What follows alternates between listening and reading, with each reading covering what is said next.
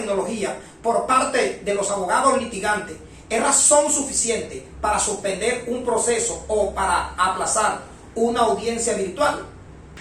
Como ya lo expresamos en una oportunidad, esta lamentable crisis sanitaria que agobia al mundo entero nos obliga a reinventarnos no solamente a los abogados litigantes, sino que también a los funcionarios judiciales. Es evidente que en esta oportunidad debemos tener conocimientos mínimos en el manejo de algunos dispositivos para de esa forma poder hacerle frente a las nuevas prerrogativas que nos impone el decreto 806 del año 2020. Sin embargo, y yo lo digo con absoluto respeto, lamentablemente algunos de mis colegas y algunos funcionarios judiciales se quedaron anclados en el siglo XX frente al tema de la tecnología. Aunque a pesar de que la nueva normatividad lo que nos exige son conocimientos mínimos en el manejo de algunos dispositivos. Sin embargo, ellos se ensañan en seguir repitiendo la frase típica aquella que dice que a mí me atropella la tecnología. Y no es porque tengan 60 o 70 años y el pretexto sea que no hacen parte de esta generación. He visto jóvenes de 30 o 35 años, los cuales hoy cuentan con doctorados en Facebook o en Instagram, que se les dificulta la aplicación de una herramienta tan básica como Word y no son capaces ni siquiera de redactar un documento. Ahora bien, independientemente de esa lamentable realidad, es cierto que ni siquiera el más pesimista de los pesimistas se imaginó la realidad que hoy estamos viviendo. Nadie se imaginó, por lo menos a corto plazo, realizando audiencias virtuales o manejando plataformas de comunicación sincrónica y mucho menos presentando, como lo estamos haciendo en la actualidad, demandas de forma digital.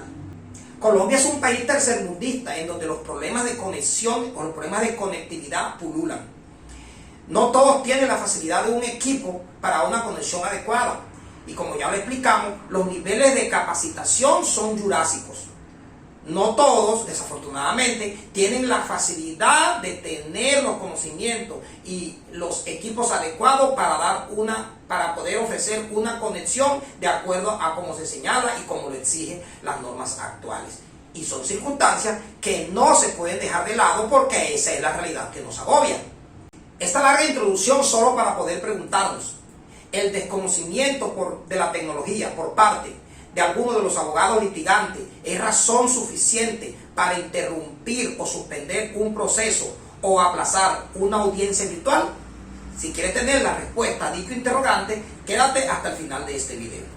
Lo primero que es importante decir es que el numeral segundo del artículo 159 del Código General del Proceso previó las únicas causales que con relación al abogado de las partes da lugar a la suspensión o a la interrupción de un proceso.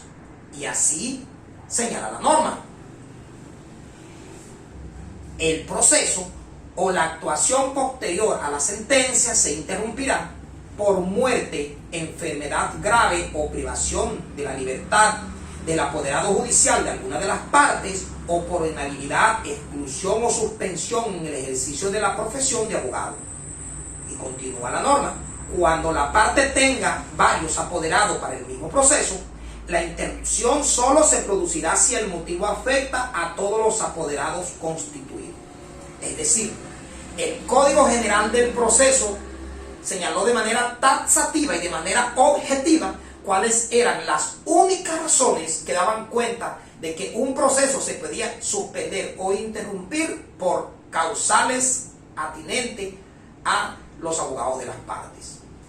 En reciente jurisprudencia, la Corte Suprema de Justicia, al estudiar una tutela instaurada por un abogado litigante, que dicho sea de paso, fue notificado de dicha audiencia virtual con 3 días de anticipación y que solicitó dicho aplazamiento porque, entre otras cosas, desconocía las formas y las técnicas adecuadas para poder realizar una audiencia de esta naturaleza, argumentando además que no existía dentro del juzgado colgado un expediente electrónico y que ni siquiera conocía en PDF las actuaciones posteriores realizadas por el despacho. Sin embargo, el funcionario judicial de ese despacho se abstuvo o se negó a suspender o a atender la solicitud de suspensión suplicada o rogada por el abogado litigante y realizó la audiencia con la ausencia de la defensa técnica, que es obligatorio para este tipo de procedimiento. Reseña la Corte Suprema de Justicia en dicha jurisprudencia que de tiempo atrás se viene hablando de la aplicación de dicha tecnología en los procesos judiciales, que incluso en el artículo 103 del Código General del Proceso así se indica. Sin embargo, es la nueva realidad la que nos obliga y la que nos recuerda sobre la aplicación de dicho, o de la aplicación o de presentarnos en dicho escenario. Sin embargo, dice la misma Corte que para que el avance en la litis puede darse, se debe dar en estas formas. Se exige la concurrencia de dos presupuestos. Lo primero, que los servidores y usuarios de la Administración de Justicia tengan acceso a los medios tecnológicos. Y segundo, que unos y otros, es decir, tanto usuarios como la Administración de Justicia, tengan la destreza para su empleo.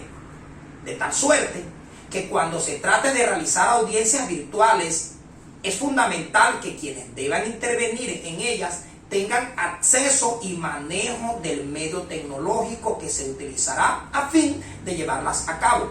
De lo contrario, no podrán comparecer y mucho menos ejercer la defensa de sus derechos. En eso la Corte Suprema de Justicia es clara en la aplicación del decreto 806. Si no existen los elementos mínimos y las garantías procesales para las partes en la aplicación de estas tecnologías, simplemente la diligencia debe fracasar.